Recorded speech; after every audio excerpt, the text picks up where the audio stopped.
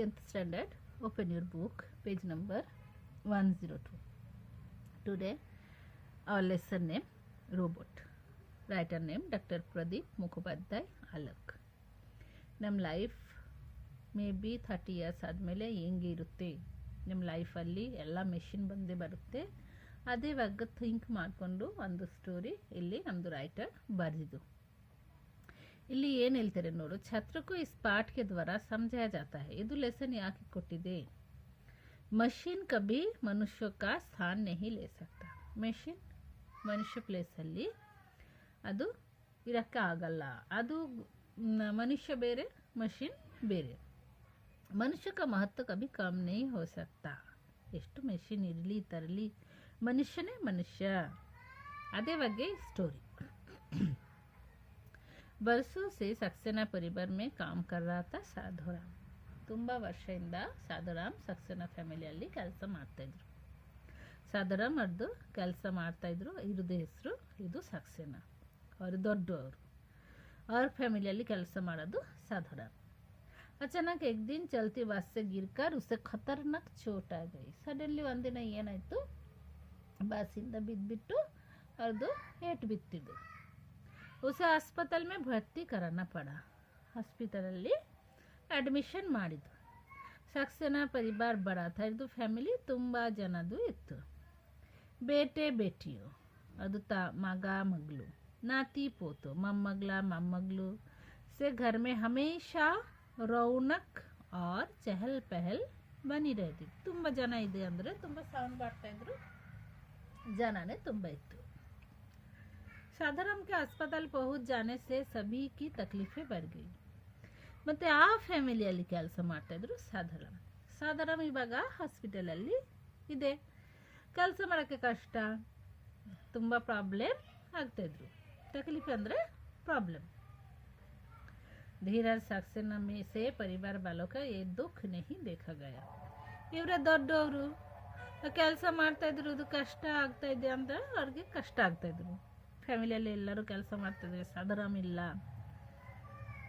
तभी परिवार के मुखिया के नाते उन्होंने कई फैसला किया. ಅವರು ದೊಡ್ಡವರು ಒಂದು ಡಿಸಿಷನ್ ತಗೊಂಡಿದ್ದು. फैसला ಅಂದರೆ ಡಿಸಿಷನ್.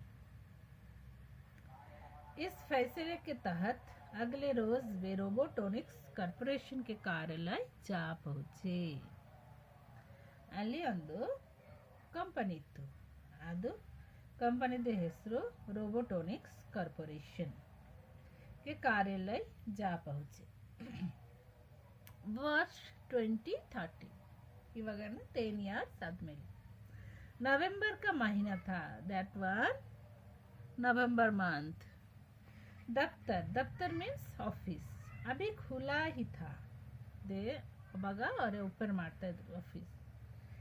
एक रोबोट वैक्यूम क्लीनर से दफ्तर के फर्श को, फर्श अंदर फ्लोर, साफ कर रहा था. ಅಲ್ಲಿ ಕೆಲಸ ಮಾಡ್ತಾ ಇದ್ರು ಯಾರು? ಒಂದು ರೋಬೋಟ್. Full robot company. ಅದು ರೋಬೋಟ್ ಸೆಲ್ ಮಾಡೋದು. ಅಲ್ಲಿ ಅಲ್ಲಿ ಅಲ್ಲಿ ಒಂದು ರೋಬೋಟ್ ಅಂಗಡಿ ಓಪನ್ ಮಾಡಿಕೊಂಡು ಕೆಲಸ ಮಾಡ್ತಾಯಿದ್ರು, ಕ್ಲೀನ್ ಮಾಡ್ತಾಯಿದ್ರು. कंप्यूटर विद कृत्रिम बुद्धि, आर्टिफिशियल इंटेलिजेंस. कृत्रिम बुद्धि ಅಂದರೆ आर्टिफिशियल इंटेलिजेंस का समावेश रोबोट में करने में सफल हो गए. ಇವಾಗ ರೋಬೋಟ್ ಮೆಷಿನ್ ಥರ ಇದೆ. ನೆಕ್ಸ್ಟ್ 10 ಇಯರ್ಸ್ ಆದಮೇಲೆ ಮೇ ಬಿ ರೋಬೋಟ್ಗೆ ಸ್ವಲ್ಪ ಬುದ್ಧಿ ಬರುತ್ತೆ. ನೀವು ನಿಮ್ಮದು ಸಿನಿಮಾ ನೋಡಿದ್ಯಲ್ವ, ರೋಬೋಟ್ದು ಥಿಂಕಿಂಗ್ ಪವರ್ ಬಂದಿದೆ. ಆ ಥರ ಮೇ ಬಿ ಆಗಿದೆ. कुछ रोबोटों में तो मानवीय संवेदना, मेंटल थिंकिंग, ಅಲ್ಲಿ थिंकिंग इरुत्ते. मानवीय मेंटल थिंकिंग का गुण पैदा करने में भी कंप्यूटर विदों एवं रोबोटिक वैज्ञानिकों को सफलता मिली थी. ಮೇ ಬಿ ಎಲ್ಲರೂ ಆ ಥರ ಥಿಂಕಿಂಗ್ ಪವರ್ ಕೊಡ್ತಾರೆ, ಬುದ್ಧಿ ಕೊಡ್ತಾರೆ. ಅದು ಕೊಡ್ಬೋದು, ಎಲ್ಲ रोबोटಗೆ कोडबोधु. कंप्यूटर विदों एवं रोबोटिक वैज्ञानिकों को सफलता मिली. कंप्यूटर पर बैठे एक रोबोट ने ही धीरज सक्सेना का स्वागत किया. ಮತ್ತೆ ಇಲ್ಲಿ ನೋಡು, ಕಂಪ್ಯೂಟರ್ ಅಲ್ಲಿ ಕೆಲಸ ಮಾಡ್ತಾ ಇದ್ರು ಒಂದು ರೋಬೋಟ್. ಇದೆಲ್ಲ ರೋಬೋಟ್ ಇದೆ. ಇದು ಮಾತ್ರ ಮನುಷ್ಯ ಅಲ್ಲಿ ಕೆಲಸ ಮಾಡ್ತಾಯಿದ್ರು ರೋಬೋಟ್ ಕಂಪ್ಯೂಟರಲ್ಲಿ. ಅವರೇ ಸ್ವಾಗತ್ ವೆಲ್ಕಮ್ ಮಾಡಿದ್ದು. ಜಿ ಶ್ರೀಮಾನ್ ಮೇ ಆಪ್ಕೆ ಲಿಯೆ ಕ್ಯಾ ಕರ್ ಸಕ್ತಾ ಹೂँ ಇವ್ರು ಹೇಳ್ತಾ ಇದ್ರು. Sir what shell I do for you? जवाब में धीरज सक्सेना बोले, मुझे घरेलू कामकाज करने के लिए एक बुद्धिमान रोबोट की ज़रूरत है. ಆವಾಗ ಧೀರಜ್ ಸಕ್ಸೇನಾ ಏನು ಹೇಳಿದ್ದು, ನಮಗೆ ಮನೆದು ಕೆಲಸ ಮಾಡೋಕ್ಕೆ ಒಂದು ಇಂಟೆಲಿಜೆಂಟ್ रोबोट ಬೇಕು. ये सुनकर काउंटर पर बैठा रोबोट बोला, लेकिन घरेलू कामकाज के लिए बुद्धिमान रोबोट क्यों? ಇವರು ಕೇಳ್ತಾ ಇದ್ರು, ಆಯಿತು ನಿಮ್ಮ ಮನೆ ಕೆಲಸ ಮಾಡೋಕ್ಕೆ ಯಾಕೆ ಇಂಟೆಲಿಜೆಂಟ್ ರೋಬೋಟ್ ಬೇಕು ನಿಮಗೆ? आप साधारण रोबोट से भी काम चला सकते हो. ನೀವು ಒಂದು ನಾರ್ಮಲ್ ರೋಬೋಟ್ ತೊಗೊಂಡು ಹೋಗಿ ಆರಾಮಾಗಿ ಅದನ್ನು ಕೆಲಸ ಮಾಡ್ತಾರೆ. दरअसल एक्चुअली मुझे बुद्धिमान रोबोट चाहिए. Actually I want one intelligent robot. मेरे नाती पोतों का होमवर्क करने ಯಾಕೆ ಬೇಕು? ಅದು ಮೊಮ್ಮಗಳು ಮೊಮ್ಮಗದು ಹೋಮ್ವರ್ಕ್ ಮಾಡಬೇಕು. ଏବଂ ವರ್ಡ್ ಪ್ರೊಸೆಸರ್ ಅವ್ರದ್ದು ಕಂಪನಿದೆ ಕೆಲಸ ಮಾಡ್ತಾರೆ, ಅಲ್ಲಿ ಕೆಲಸ ಮಾಡಬೇಕು. ಅದಕ್ಕೆ ನನಗೆ ಒಂದು ಇಂಟೆಲಿಜೆಂಟ್ ರೋಬೋಟ್ ಬೇಕು. ठीक है जैसी आपकी मर्जी. ಆಮೇಲೆ ಇವ್ರು ಹೇಳ್ತಾರೆ, ನೀವು ದುಡ್ಡು ಕೊಡ್ತೀರಾ, ಏನು ಬೇಕು ನೀವೇ ತಗೋಬೋದು. जब आप ज़्यादा कीमत ಜಾಸ್ತಿ ದುಡ್ಡು ಕೊಡ್ತೀರಾ, चुकाकर बुद्धिमान रोबोट की सेवाएं लेने के लिए तैयार ही है, तो हमें भला क्या एतराज हो सकते हैं? ನೀವು ದುಡ್ಡು ಕೊಡ್ತೀರಾ, ನೀವು ಜಾಸ್ತಿ ದುಡ್ಡು ಕೊಡ್ತೀರಾ, ದುಡ್ಡು ಕೊಟ್ಟು ಇಂಟೆಲಿಜೆಂಟ್ ರೋಬೋಟ್ ತಗೋತೀರಾ, ನಮ್ಗೆ ಯಾಕೆ ಪ್ರಾಬ್ಲಮ್ ಆಗ್ತಾರೆ? ಏನೂ ಪ್ರಾಬ್ಲಮ್ ಇಲ್ಲ, ನೀವು ತಗೋಬೋದು. धीरज सक्सेना को ये रोबोट बहुत ही व्यवहार कुशल और चालाक लगा. ಮತ್ತೆ ತುಂಬ ಇಂಟೆಲಿಜೆಂಟ್ ಅನ್ಕೊಂಡಿದ್ದು ಇವ್ರು. ಮತ್ತು ಇಂಟೆಲಿಜೆಂಟ್, ತುಂಬ ಇಂಟೆಲಿಜೆಂಟ್ ಮತ್ತು ಶಾರ್ಪ್ ಇದೆ ಆ ಥರ ಅವ್ರ ಮೈಂಡಲ್ಲಿ ಅನಿಸಿದೆ. सचमुच ग्राहक की नब्ज पकड़ने की कला में ये परंगत लगता है. ತುಂಬ ಇಂಟೆಲಿಜೆಂಟ್, ಯಾರು ಬರ್ತಾ ಇದ್ದಾರೆ ಅವ್ರಿಗೆ ಏನು ಬೇಕು ಅದು ಕೊಡೋದು ಅಂತ ತುಂಬ ಬುದ್ಧಿ ಇವ್ರಿಗೆ ಇದೆ. उस दिन दोपहर को ही कंपनी का एक कार्मिक ಅಂದ್ರೆ वर्कर जो एक रोबोट ही था, सक्सेना परिवार में काम करने के लिए रोबोनिल को छोड़ गया. ಆಮೇಲೆ ಒಂದು ವರ್ಕರ್ ಸಕ್ಸೇನಾ ಫ್ಯಾಮಿಲಿಯಲ್ಲಿ ಒಂದು ರೋಬೋಟ್ಗೆ ಬಿಟ್ಟು ಹೋಗಿದ್ದು. ಆ ರೋಬೋಟ್ದು ಹೆಸರು ರೋಬೋನಿಲ್. ಎಲ್ಲಿ ಕೆಲಸ ಮಾಡ್ತಾ ಕಂಪನಿಯಲ್ಲಿ ಕೆಲಸ ಮಾಡ್ತಾ ಇದ್ದಾರೆ ಎಲ್ಲರೂ ರೋಬೋಟ್. ಅದು ನೀವು ಅರ್ಥ ಮಾಡಬೇಕು. ಎಲ್ಲರೂ ರೋಬೋಟ್ ಕಂಪ್ಯೂಟರಲ್ಲಿ ಕೆಲಸ ಮಾಡ್ತಾರೆ. ರೋಬೋಟ್ಗೆ ಬಿಟ್ಬಿಟ್ಟು ಹೋಗ್ತಾರೆ. ಆ ರೋಬೋಟ್ದು ಹೆಸರು ರೋಬೋನಿಲ್. जिस रोबोट का ऑर्डर धीरज सक्सेना ने दिया था उसी का नाम रोबोनिल. दो इंटेलिजेंट रोबोट ಬೇಕು ಹೇಳಿದ್ದು, ಅವ್ರದ್ದು ಹೆಸರು रोबोनिल इत्तु. रोबोनिल के घर में आ जाने से सभी ने राहत की सांस ली. ಅಪ್ಪ ಬಚಾವ್ ಆ ಥರ ಹೇಳಿದ್ದು. ರೋಬೋನಿಲ್ ಬಂದಿದ್ದು ಮನೆಯಲ್ಲಿ ಎಲ್ಲರೂ ಹೇಳಿದ್ದು, ಅಪ್ಪ ಬಚಾವ್, ಇವಾಗ ನಾವೇ ಕೆಲಸ ಮಾಡಂಗಿಲ್ಲ. ಸುಬಹ ನಾಷ್ಟ ಕರಾಣಿ. ಇವಾಗ ನೋಡು ರೋಬೋನಿಲ್ ಏನು ಕೆಲಸ ಮಾಡ್ತಾ ಇದ್ದಾರೆ. ಬೆಳಗ್ಗೆ ನಾಷ್ಟ ರೆಡಿ ಮಾಡೋದು, ಮೆಹಮಾನಕ್ಕೂ ಸ್ವಾಗತ ಮೇ ದಾರ್ ಖೋಲ್ನೆ ಡೋರ್ ಓಪನ್ ಮಾಡೋದು. ಯಾರು ಮನೆಯಲ್ಲಿ ಬರ್ತಾ ಇದ್ದಾರೆ ಅವ್ರದ್ದು ಡೋರ್ ಓಪನ್ ಮಾಡೋಕ್ಕೆ.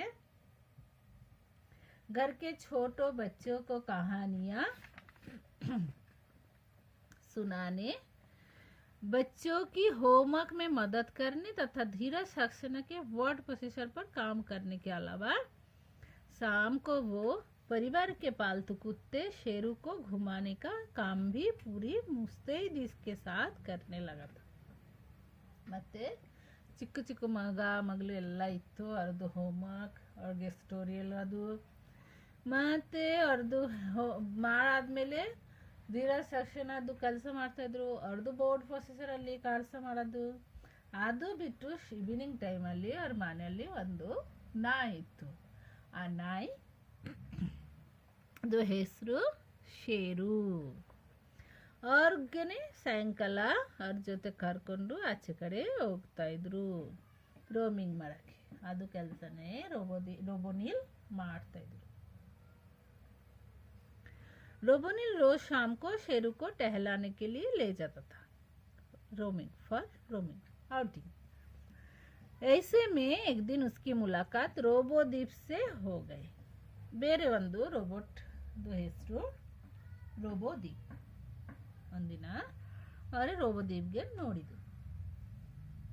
रोबोदीप उसी मोहल्ले में रहने वाले शर्मा परिवार के कुत्ते झबरू को घुमाने आया करता था. ರೋಬೋದೀಪ್ ಕೆಲಸ ಮಾಡ್ತಾ ಇದ್ರು ಶರ್ಮಾ ಫ್ಯಾಮಿಲಿಯಲ್ಲಿ. ರೋಬೋನಿಲ್ ಕೆಲಸ ಮಾಡ್ತಾ ಇದ್ರು ಸಕ್ಸೇನಾ ಫ್ಯಾಮಿಲಿಯಲ್ಲಿ. ಇದು ನೀವು ಅರ್ಥ ಮಾಡಬೇಕು. ರೋಬೋನಿಲ್, ಸಕ್ಸೇನಾ, ರೋಬೋದೀಪ್, ಶರ್ಮಾ. ರೋಬೋನಿಲ್ದು ನಾಯಿ ಹೆಸರು ಶೇರು, ರೋಬೋದೀಪ್ದು ನಾಯಿ ಹೆಸರು ಝಬ್ರು. ಕರೆಕ್ಟಾಗಿ ಅರ್ಥ ಮಾಡಿಕೊಂಡು ನೀವು ನಿಮ್ಮ ತಲೆಗೆ ಹಾಕಬೇಕು. दोनों रोबोटों के बीच दोस्ती हुई. इब्रू रोबोट जोते फ्रेंड ಆಗ್ಬಿಟ್ಟು. तो शेरू और झबरू भी आपस में हिल मिल गए. और इब्रू जन फ्रेंड ಆಗ್ಬಿಟ್ಟಿದ್ದು ಮತ್ತೆ ನಾಯಿ ಇಬ್ರು ಜನನೇ फ्रेंड ಆಗ್ಬಿಟ್ಟಿದ್ದು.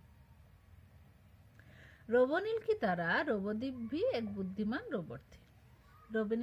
रोबोनिल ಒಂದು ಇಂಟೆಲಿಜೆಂಟ್ ರೋಬೋಟ್ ಇತ್ತು. ಆ ತರ रोबोदीप ಒಂದು इंटेलिजेंट रोबोट ಇತ್ತು. बातों बातों में एक दिन रोबोदीप ने रोबोनिल को बताया. ಒಂದಿನ ಇಬ್ರು ಜನ ಮಾತಾಡ್ತಾ ಇದ್ರು. ಆವಾಗ रोबोदीप रोबोनिल्ಗೆ ಹೇಳಿದ್ದು, जानते हो रोबोनिल, तुम्हारे आने से पहले सक्सेना परिवार में कौन काम करता था? ಆವಾಗ ಕೇಳಿದ್ದು, ನಿಮಗೆ ಗೊತ್ತಾ, ನಿಮ್ಮ ಬಂದಿಲ್ಲ ಅಲ್ವಾ, ಆವಾಗ ಸಕ್ಸೇನಾ ಫ್ಯಾಮಿಲಿಯಲ್ಲಿ ಯಾರು ಕೆಲಸ ಮಾಡ್ತಾ ಇದ್ರು? रोबोनिल को इस बारे में कुछ पता नहीं था. एक्चुअली रोबोनिल्ಗೆ ಅದು ಬಗ್ಗೆ ಏನೋ ಗೊತ್ತಾಗಿಲ್ಲ. वो बोला, नहीं तो मुझे इसकी कोई जानकारी नहीं है. ಇಲ್ಲ, ನನಗೆ ಇದು ಬಗ್ಗೆ ಏನೋ ಗೊತ್ತಿಲ್ಲ. पर तुम्हें किसने बताया? ನಿಮ್ಗೆ ಯಾರು ಹೇಳಿದ್ದು? मैंने शर्मा परिवार को तुम्हारे सक्सेना परिवार के बारे में बातचीत करने सुना है. ನಾನು ಶರ್ಮಾ ಫ್ಯಾಮಿಲಿ ಜೊತೆ ಸಕ್ಸೇನಾ ಫ್ಯಾಮಿಲಿ ಮಾತಾಡ್ತಾ ಇದ್ರು. ಆವಾಗ ನನಗೆ ಗೊತ್ತಾಯ್ತು. साधारण नाम का एक सेवक एक बस दुर्घटना से घायल होकर किसी अस्पताल में है. और ಫ್ಯಾಮಿಲಿಯಲ್ಲಿ ಕೆಲಸ ಮಾಡ್ತಾ ಇದ್ರು ಸಾಧಾರಣ. ಅವ್ರಿಗೆ ಏನೋ ಆಕ್ಸಿಡೆಂಟ್ ಆಯಿತು. ಅವ್ರು ಇವಾಗ ಹಾಸ್ಪಿಟಲಲ್ಲಿ ಇದೆ. सो तो ठीक है, पर इसमें खास बात क्या है? ಅದು ಓಕೆ, ಮತ್ತೆ ಯಾಕೆ ಹೇಳ್ತೀರಾ? ठीक होकर वो दोबारा सक्सेना परिवार में आ जुड़ेगा. ಸರಿ ಆದಮೇಲೆ ತಿರ್ಗಾ ಬಂದು ಸಕ್ಸೇನಾ ಫ್ಯಾಮಿಲಿಯಲ್ಲಿ ಕೆಲಸ ಮಾಡ್ತಾರೆ. ಆವಾಗ रोबोदीप ಹೇಳ್ತಾರೆ, नहीं रोबोनिल, यही तुम गलत हो. ಇಲ್ಲ ಇಲ್ಲ, ಆ ಥರ ಇಲ್ಲ, ನೀವು ಇಲ್ಲಿ ತಪ್ಪು ಮಾಡ್ತಾ ಇದ್ದೀರಾ. तुम्हारे परिवार के मुखिया धीरज सक्सेना की शर्मा साहब से मुलाकात हुई थी. धीरज सक्सेना शर्मा फैमिली जोते मीट ಮಾಡಿದ್ದು. उन्होंने बताया कि वो आप साधारण को छुट्टी करने वाले. ಅದೇ ಸಕ್ಸೇನಾಜಿ ಹೇಳಿದ್ದು, ಇವಾಗ ಅವರು ಸಾಧಾರಣ್ಗೆ ಮನೆಗೆ ಕಳಿಸ್ಬಿಡ್ತಾರೆ, ಕೆಲಸಕ್ಕೆ ತಗೊಳಲ್ಲ. ಸುನ್ಕರ್ रोबोनिल चौंक गया. ಅದು ಲಿಸನ್ ಮಾಡಿಕೊಂಡು रोबोनिल्ಗೆ ಸರ್ಪ್ರೈಸ್ ಆಯಿತು. चौंक गया ಅಂದರೆ ಸರ್ಪ್ರೈಸ್ಡ್. बोला, क्या कहा तुमने? ಏನು ಹೇಳ್ತಾ ಇದ್ದೀರಾ? वे लोग साधारण की छुट्टी कराने वाले हैं. और साधारण के माने के कलिस्तारा. पर क्यों, याके? इसलिए कि तुम उन्हें बहुत भाग गए हो. ಯಾಕೆ ಅಂದರೆ ನಿಮ್ಮ ಮೇಲೆ ತುಂಬ ಇಷ್ಟ ಆಯಿತು, ಆರಾಮಾಗಿ ನೀವು ಎಲ್ಲ ಕೆಲಸ ಮಾಡ್ತಾ ಇದ್ದೀರಾ. बूढ़े साधाराम को थोड़ा मुआवजा देकर वे उसको गाँव भिजवा देंगे.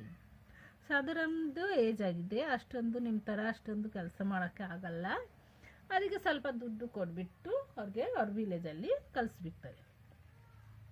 ಮಗರ್ रोबोदीप, ये तो रोबोटिक के नियम के विरुद्ध है. ಆವಾಗ रोबोनिल ಹೇಳ್ತಾ ಇದ್ದಾರೆ. ಅವ್ರಿಗೆ ಸ್ವಲ್ಪ ಶಾಕ್ ಆಯಿತು, ಈ ಥರ ಮಾಡಬಾರ್ದು ಅಂತ. ಮೆಂಟಲಿ ಒಂದು ಥಿಂಕಿಂಗಲ್ಲಿ ಮೈಂಡಲ್ಲಿ ಒಂದು ಬ್ಯಾಡ್ ಎಫೆಕ್ಟ್ ಆಯಿತು. ಇದು ಚೆನ್ನಾಗಿಲ್ಲ, ಇದು ನಮ್ಮದು ರೂಲ್ಸ್ ಆ್ಯಂಡ್ ರೆಗ್ಯುಲೇಷನ್ ಇದೆ, ಅದು ಆಪೋಸಿಟ್. ಇದು ವಿರುದ್ಧ ಅಂದರೆ ಆಪೋಸಿಟ್.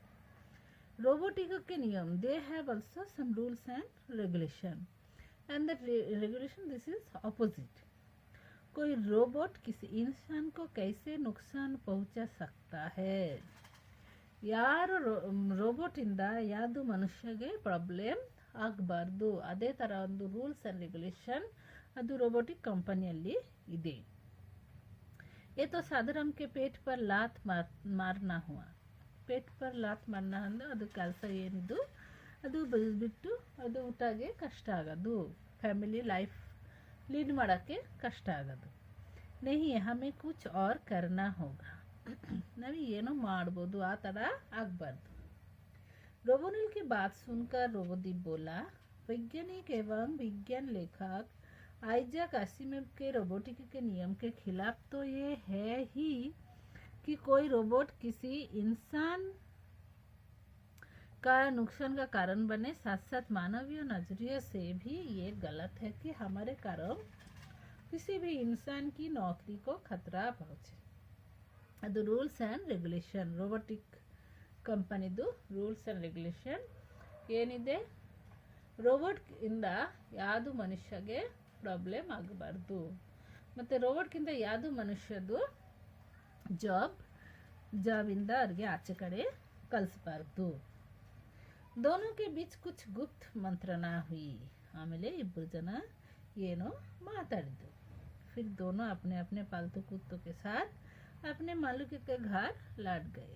ಆಮೇಲೆ ಇಬ್ರು ಜನದು ಮನೆಯಲ್ಲಿ ಹೋಗಿದ್ರು.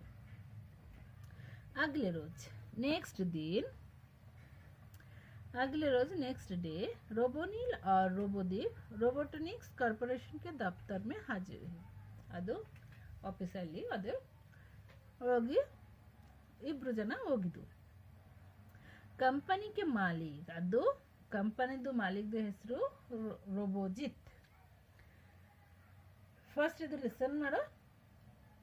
ಸಕ್ಸೇನಾ ಫ್ಯಾಮಿಲಿದು ರೋಬೋಟ್ದು ಹೆಸರು ರೋಬೋನಿಲ್. ಶರ್ಮಾ ಫ್ಯಾಮಿಲಿದು ರೋಬೋಟ್ದು ಹೆಸರು ರೋಬೋದೀಪ್. ಮತ್ತೆ ಕಂಪನಿ ಮಾಲೀಕ್ ಯಾರು ಕಂಪ್ಯೂಟರಲ್ಲಿ ಕೆಲಸ ಮಾಡ್ತಾ ಇದ್ರು ಅವ್ರದ್ದು ಹೆಸರು ರೋಬೋಜಿತ್. से उन्होंने भेंट की.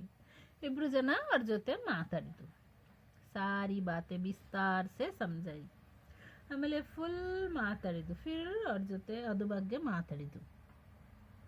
सुनकर रोबोजित बोला, मगर मैं क्या करूं, ನಾನು ಏನು ಮಾಡಬೇಕು, मैं तो अनुबंध की शर्तों में बंधा हूँ. ನನಗೆ ಏನು ಕೆಲಸ ಕೊಟ್ಟಿದೆ ನಾನು ಅದೇ ಮಾಡ್ತಾ ಇದ್ದೀನಿ.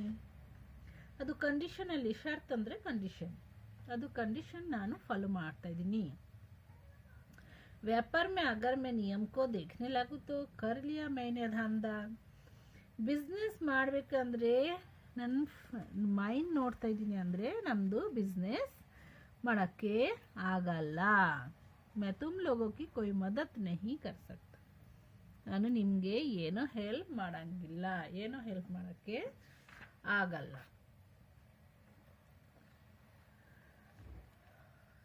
रोबोनिल और रोबोदीप ने बहुत समझाने की कोशिश की. ಇಬ್ಬರು ಜನ ತುಂಬ ಟ್ರೈ ಮಾಡಿದ್ದು ಅವ್ರಿಗೆ ಅರ್ಥ ಮಾಡ್ಸೋಕ್ಕೆ. रोबोजित टस से मस नहीं हुआ. ಏನೋ ಚೇಂಜ್ ಆಗಿಲ್ಲ. टस से मस नहीं हुआ ಅಂದರೆ ಅವ್ರಿಗೆ ಏನೋ ಚೇಂಜೇ ಆಗಿಲ್ಲ. उसे आसिमोव के नियमों से बढ़कर धंधे की चिंता थी. ಅದು ರೋಬೋಟಿಕ್ಸ್ ನಿಯಮಕ್ಕಿಂತ ಅವ್ರದ್ದು ವ್ಯಾಪಾರ ಬಿಸ್ನೆಸ್ದು ತುಂಬ ಅವ್ರಿಗೆ ಇಂಟ್ರೆಸ್ಟ್ ಇತ್ತು. निराश होकर दोनों वापस लौट आए. ತುಂಬ ಬೇಜಾರಾಯಿತು ಇಬ್ಬರು ಜನಗೆ. ಇಬ್ಬರು ಜನ ಈಗ ವಾಪಸ್ ಬಂದಿದ್ದು. कुछ दिन और गुजर गए. ತಿರ್ಗಾ ಸ್ವಲ್ಪ ದಿನ ಹೋಯಿತು. सक्सेना परिवार रोबोनिल को पाकर फुला नहीं समा रहा था. ಎಲ್ಲ ಮುಹವರೆದು ಟಸ್ ಸೆ ಮಸ್ ಫುಲಾ ನಹಿ ಸಮಾ ರಹಾ ಥಾ ಅಂದರೆ ತುಂಬ ಹ್ಯಾಪಿಯಾಗಿತ್ತು. ರೋಬೋನಿಲ್ಗೆ ಊಟನೇ ಬೇಡ, ಸ್ವಲ್ಪ ಚಾರ್ಜ್ ಹಾಕ್ತಾರೆ ಅಂದರೆ ಆಗುತ್ತೆ, ಮತ್ತು ಎಲ್ಲ ಕೆಲಸ ಆರಾಮಾಗಿ 1 ಮಿನಿಟಲ್ಲಿ ಮಾಡಿಬಿಡ್ತಾರೆ. ಫುಲ್ ಖುಷಿ ಆಗಿಬಿಟ್ಟಿದ್ದು. पर रोबोनिल शादाराम के कारण बहुत चिंतित था. ಮತ್ತು ರೋಬೋನಿಲ್ ತುಂಬ ಬೇಜಾರಾಗಿತ್ತು. ನಮ್ಗಿಂತ ಒಂದು ಮನುಷ್ಯಗೆ ಪ್ರಾಬ್ಲಮ್ ಆಗ್ತಾರೆ ಅಂತ ತುಂಬ ಬೇಜಾರಿತ್ತು. उसके कारण शादाराम की नौकरी को चाहे ये उसे किसी भी सूरत में मंजूर नहीं था. ಅವರಿಂತ ಸಾಧಾರಾಮ್ಗೆ ಕೆಲಸದಿಂದ ಆಚೆ ಕಡೆ ಕಳಿಸ್ತಾರೆ, ಇದು ಥಿಂಕ್ ಮಾಡಿಕೊಂಡು ಅವ್ರಿಗೆ ತುಂಬ ಬೇಜಾರಾಗ್ತಾಯಿದ್ರು. रोबोनिल सोचता कि इंसान अपने स्वार्थ और लालच के तहत नियम और कानूनों को अंगूठा दिखा देता है, पर लगता है रोबोटों में भी अब वही कमी पैदा हो गई. और थिंक ಮಾಡ್ತಾ ಇದ್ದಾರೆ, ಮನುಷ್ಯ ಅವ್ರದ್ದು ಸ್ವಾರ್ಥಗೆ ಎಲ್ಲ ಕೆಲಸ ಮಾಡ್ತಾ ಇದ್ದಾರೆ. ಇವಾಗ ರೋಬೋಟ್ ಆ ಥರ ಆಗಿಬಿಟ್ಟಿದೆ ಅಂತ ಅದು ಥಿಂಕ್ ಮಾಡಿಕೊಂಡು ಅವ್ರಿಗೆ ತುಂಬ ಬೇಜಾರಾಗ್ತಾಯಿದ್ರು. उसी रात रोबोनिल को धीरज सक्सेना ने एक विज्ञान कथा वर्ड प्रोसेसर पर टाइप करने के लिए दिए. ಆವಾಗ ರಾತ್ರಿಯಲ್ಲಿ ಧೀರಜ್ ಸಕ್ಸೇನಾ ಅವ್ರಿಗೆ ಏನು ಒಂದು ಕೆಲಸ ಕೊಟ್ಟಿದ್ದು ವರ್ಡ್ ಪ್ರೊಸೆಸರಲ್ಲಿ ಬರೆಯೋಕ್ಕೆ. ಕಥಾ ಸಂಕ್ಷೇಪ ಮೇ ಇಸ್ ಪ್ರಕಾರ ಥಿ. ಅದೇ ಸೇಮ್ ಅವ್ರದ್ದು ಸ್ಟೋರಿ. ಅವ್ರ ಮನೆಯಲ್ಲಿ ಏನು ಸ್ಟೋರಿ ಆಗ್ತಾ ಇದ್ದಾರೆ ಅದೇ ಸ್ಟೋರಿ. एक घर में नौकर को जो किसी जानलेवा बीमारी से पीड़ित था निकलकर उसकी जगह पर एक रोबोट को रख दिया जाता है. ಒಂದು ಸರ್ವೆಂಟ್ ಇತ್ತು, ಅವ್ರಿಗೆ ಏನೋ ಡಿಸೀಸ್ ಇತ್ತು, ಅರೆ ಸತ್ತಾಗ್ತಾರೆ ಆ ಥರ ಡಿಸೀಸ್ ಇತ್ತು. ಅವ್ರ ಪ್ಲೇಸಲ್ಲಿ ಒಂದು ರೋಬೋಟ್ಗೆ ಬಂದು ಕೆಲಸಕ್ಕೆ ಹಾಕಿದ್ದು. किसी तरह रोबोट को इस बात की जानकारी मिल जाती है तो वो रोबोटिक संघ में संपर्क साधकर संघ को सारी बातों से अवगत कराते हैं. ಅದೇ ಅವ್ರದ್ದು ಸ್ಟೋರಿ ಏನು ನಡೀತಾ ಇದೆ ಅದೇ ಸ್ಟೋರಿ ಧೀರಜ್ ಸಕ್ಸೇನಾ ಬರೆಯೋಕ್ಕೆ ಕೊಟ್ಟಿದೆ. ಆವಾಗ ರೋಬೋಟ್ ಅವರು ಏನು ಹೇಳಿದ್ದು, ರೋಬೋಟ್ ಸಂಘ ಅದು ಒಂದು ಸಂಘ ಇದೆ, ಅದು ಜೊತೆ ಫುಲ್ ರಿಲೇಷನ್ ಮಾಡಿಕೊಂಡು ಫುಲ್ ಸ್ಟೋರಿ ಅವ್ರಿಗೆ ಹೇಳಿದ್ದು. ಅವಗತ್ ಅಂದರೆ ಗೊತ್ತಾಗುತ್ತೆ. ಸಂಘ रोबोटों की हड़ताल की घोषणा कर देता है. ಆಮೇಲೆ ಅದು ರೋಬೋಟಿಕ್ ಸಂಘ ಹೇಳಿದ್ದು ಆಯಿತು, ಇವಾಗ ಎಲ್ಲ ರೋಬೋಟ್ ಸ್ಟ್ರೈಕ್ ಮಾಡ್ತಾರೆ. ಅಂತತಃ ಸಮझौता ಆಮೇಲೆ ಇಬ್ಬರು ಸೈಡಿಂದ ಡಿಸಿಷನ್ ತಗೋತಾರೆ. होता कि उस नौकर को घर में फिर से लाख लिया जाएगा. ತಿರ್ಗಾ ಅದು ಸರ್ವೆಂಟ್ಗೆ ಅದೇ ಮನೆಯಲ್ಲಿ ಕೆಲಸಗೆ ಹಾಕಬೇಕು. कहानी टाइप करके रोबोनिल की ध्वात्विक और तारों भरे परिपंथ वाली खोपड़ी में यकायक मानो नीली रोशनी हो गई. रोबोनिल ಅದು ಟೈಪ್ ಮಾಡ್ತಾ ಇದ್ರು ಕಂಪ್ಯೂಟರಲ್ಲಿ. ಸಡನ್ಲಿ ಅವ್ರಿಗೆ ಬುದ್ಧಿ ಬಂತು, ಅದೇ ಅವ್ರದ್ದು ಸ್ಟೋರಿನೇ ಅಲ್ಲಿ ಅವರೇ ಟೈಪ್ ಮಾಡ್ತಾ ಇದ್ರು. ಸಡನ್ಲಿ ಅವ್ರಿಗೆ ಬುದ್ಧಿ ಬಂತು. ಧ್ವಾತ್ವಿಕ್ ಅಂದರೆ ಎಷ್ಟೊಂದು ವೇರ್ ಇತ್ತು, ಅದು ವೇರ್ ಮತ್ತು ಸ್ವಲ್ಪ ಮೆಟಲ್ದು ಥಿಂಗ್ಸ್ ಅವ್ರದ್ದು ತಲೆಗೆ ಇದೆ, ನಮ್ಮ ಥರ ಬ್ರೈನ್ ಇಲ್ಲ, ಅದೇ ಅದು ಬ್ರೈನ್. ಸಡನ್ಲಿ ವೇರ್ ಮತ್ತು ಎಲ್ಲ ಅವ್ರಿಗೆ ಥಿಂಕ್ ಬಂದಿದ್ದು. ನೀಲಿ ರೋಶನಿ ಒಂದು ಬುದ್ಧಿ ಬಂದ್ಬಿಟ್ಟಿದ್ದು. अगले रोज ही रोबोदीप के साथ वो संघ के कार्यालय जा पहुंचे. ಸೆಕೆಂಡ್ ಡೇ ತಿರ್ಗಾ ರೋಬೋದೀಪ್ಗೆ ಕರೆದ್ಬಿಟ್ಟು ಅದು ಆಫೀಸಲ್ಲಿ ಹೋಗ್ಬಿಟ್ಟಿದ್ದು. सब बातें सुनकर अध्यक्ष ने संघ की कार्यकारिणी की आपातकालीन बैठक बुलाई. Emergency meeting. आपातकालीन बैठक मीन्स इमरजेंसी बैठक मीटिंग ಕೇಳಿದ್ದು, ಎಲ್ಲರಿಗೆ ಕರೆದಿದ್ದು. बैठक में तय हुआ कि सभी रोबोटिक कंपनियों के काम करने वाले रोबोटों की हड़ताल का आह्वान कर दिया जाए. ಮತ್ತೆ ಹೇಳಿದ್ದು ಎಲ್ಲ ಕಂಪನಿಯಿಂದ ರೋಬೋಟ್ स्ट्राइक ಮಾಡ್ತಾರೆ. रोबोटिक कंपनियों के मालिकों के बीच इस आह्वान से हलचल मच गई. ಎಲ್ಲರೂ ಸ್ಟ್ರೈಕ್ ಮಾಡ್ತಾರೆ ಅಂದರೆ ರೋಬೋಟ್ ಸೇಲ್ ಮಾಡೋಕ್ಕೆ ಆಗಲ್ಲ, ಯಾರು ಕೆಲಸ ಮಾಡೋಕ್ಕೆ ಅವ್ರಿಗೆ ಕರೆಯಲ್ಲ. Suddenly ಅವ್ರಿಗೇನೆ problem ಆಗಿಬಿಟ್ಟಿದ್ದು. उन्होंने रोबोटजीत पर सक्सेना परिवार के साथ हुए अनुबंध को तुरंत, अनुबंध अंदरे डील, तुरंत रद्द करने के लिए कर देने का दबाव डाला. ಮತ್ತೆ ಅದು ಕಂಪನಿ ಏನು ಹೇಳಿದ್ದು, ರೋಬೋಜಿತ್ಗೆ ಹೇಳಿದ್ದು, ನೀವು ಇವಾಗ ಅದು ಸ್ಟಾಪ್ ಮಾಡಬೇಕು, ಸಾಧಾರಣ ಮನೆಗೆ ಬರ್ತಾರೆ ಅಂದರೆ ಅವ್ರಿಗೇನೆ ಕೆಲಸಕ್ಕೆ ಆಗಬೇಕು. ರೋಬೋಜಿತ್ ತಿರ್ಗಾ ರೋಬೋನಿಲ್ ತಿರ್ಗಾ ಕಂಪನಿಯಲ್ಲಿ ವಾಪಸ್ ಬರಬೇಕು. ರೋಬೋಜಿತ್ ಅಕೆಲಾ ಪಡ್ ಗಯ. ಎಲ್ಲರೂ ಅದೇ ಥರ ಹೇಳಿದ್ದು. ಇವಾಗ ರೋಬೋಜಿತ್ ಕಂಪನಿ, ಅದು ರೋಬೋಟ್ ಕಂಪನಿದು ಸೇಲ और ಒಬ್ಬನೇ ಆಗಿಬಿಟ್ಟಿದೆ. मजबूरन उसे धीरज सक्सेना के साथ अपने अनुबंध को तुरंत रद्द करके रोबोनिल को वापस बुलाने की बात माननी पड़ी. ಇವಾಗ ಅವರೇನೆ ಅದೇ ಹೇಳಿದ್ದು, ಆಯಿತು ನಾನು ರೋಬೋನಿಲ್ಗೆ ತಿರ್ಗಾ ಕಂಪನಿಯಲ್ಲಿ ಕರಿತೀನಿ. धीरज सक्सेना को जब ये सब पता चला तो उनके हाथों के तोते उड़ गए. दिस वन ऑल्सो वन मुहावरे, हाथों के तोते उड़ गए. He got confused what to do. Suddenly he was very happy because Robonil is working in his house. He is doing nicely all work. Now suddenly Robojit called him, so he was also shocked. ये सच था कि उन्होंने साधुराम को नौकरी से निकालने का फैसला कर लिया था, पर बदले हुए हालत में उन्हें मजबूर होकर रोबोटिक संघ के अध्यक्ष के पास जाकर एक गुजारिश करनी पड़ी कि जब तक साधुराम पूरा तरह से ठीक नहीं हो जाता है तब तक रोबोनिल उसके पास काम करता रहेगा. ಅವಾಗ ಅವರು ಏನು ಡಿಸಿಷನ್ ತಗೊಂಡಿದ್ದು, ಆಯಿತು ನಾನು ಸಾಧುರಾಮ್ಗೆ ತಿರ್ಗಾ ವಾಪಸ್ ಕರಿತೀನಿ. ಎಷ್ಟು ದಿನ ಅವರು ಇವಾಗ ಹಾಸ್ಪಿಟಲಲ್ಲಿ ಇದೆ, ಫುಲ್ ಹೆಲ್ತ್ ಚೆನ್ನಾಗಿದೆ ಅಂದರೆ ಅವ್ರಿಗೆ ಬರ್ತಾರೆ. ಅಷ್ಟು ತನಕ ರೋಬೋನಿಲ್ ನಮ್ಮ ಮನೆಯಲ್ಲಿ ಕೆಲಸ ಮಾಡುತ್ತಾರೆ. ಅಷ್ಟು ಟೈಮ್ ನೀವು ರೋಬೋನಿಲ್ಗೆ ನಮ್ಮ ಮನೆಯಲ್ಲಿ ಕೆಲಸ ಮಾಡೋಕ್ಕೆ ಬಿಡಿ. ಅದು ಅಲ್ಲಿ ಹೋಗಿ ಸೆಕ್ರೆಟರಿಗೆ ಹೇಳಿದ್ದು.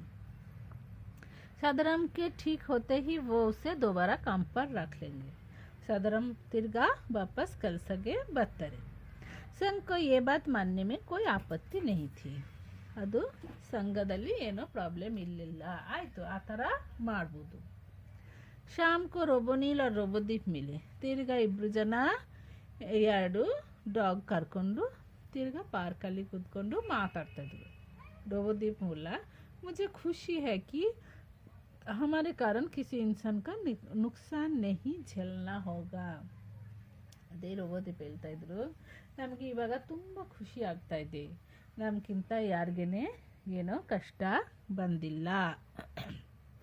ಸೊ ಈ ಸ್ಟೋರಿಯಲ್ಲಿ ನಮಗೆ ಏನು ಮೋರಲ್ ಕೊಡ್ತಾ ಇದ್ದಾರೆ, ನಮ್ಮ ಹ್ಯೂಮನ್ ಬೀಯಿಂಗಲ್ಲಿನೇ ಏನು ಸೆನ್ಸ್ ಇರಲ್ಲ. ಸ್ವಲ್ಪ ಟೈಮ್ ನಾವು ನಮ್ಮದು ಸ್ವಾರ್ಥ ನೋಡ್ತಾ ಇದ್ದೀವಿ. ಮತ್ತು ರೋಬೋಟ್ ಅವ್ರನ್ನ ಫುಲ್ ಮೆಷಿನ್, ಅವ್ರಿಗೇನೆ ಆ ಥರ ಮೆಂಟಲಿ ಥಿಂಕಿಂಗ್ ಬರುತ್ತೆ. ಆ ಥರ ನಮ್ಮ ಮನುಷ್ಯಗೇ ಇರಬೇಕು. ಬೇರೆ ಜನಗೆ ಹೆಲ್ಪ್ ಮಾಡೋದು, ನಮಗಿಂತ ಯಾರಿಗೆ ಕಷ್ಟ ಆಗಬಾರ್ದು, ಆ ಥರ ನೀವು ಥಿಂಕ್ ಮಾಡಿಕೊಂಡು ಲೈಫಲ್ಲಿ ಹೋಗಬೇಕು. ನಾವು पाठ का आशय. सक्सेना परिवार नौकर साधुराम को निकलकर रोबोनिल को नियुक्त करते हैं. नियुक्त अंदरे ज्वाइन. रोबोनिल और दूसरे रोबोट रोबोदीप की मुलाकात होने पर उन्हें पता चलता है कि साधुराम की अब छुट्टी कर दी जाएगी, उसकी नौकरी चली जाएगी. रोबोनिल और रोबोदीप अपने संघर्ष के द्वारा धीरज सक्सेना को मजबूर करते हैं कि साधुराम को दोबारा नौकरी पर रखी जाए. अंत में रोबोदीप खुश होता है कि उनसे इंसानों को कोई नुकसान नहीं झेलना होगा. सेम ಇಲ್ಲಿ ಶಾರ್ಟ್ ಅಲ್ಲಿ ಕೊಟ್ಟಿದ್ದು.